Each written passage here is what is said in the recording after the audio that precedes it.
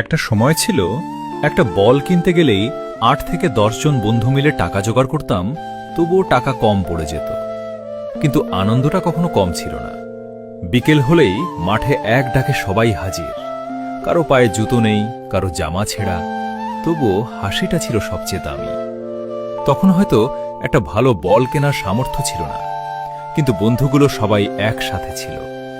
আর এখন কয়েকটা বল কিনে ফেলার সামর্থ্য আছে, কিন্তু সেই মানুষগুলো আর পাশে নেই।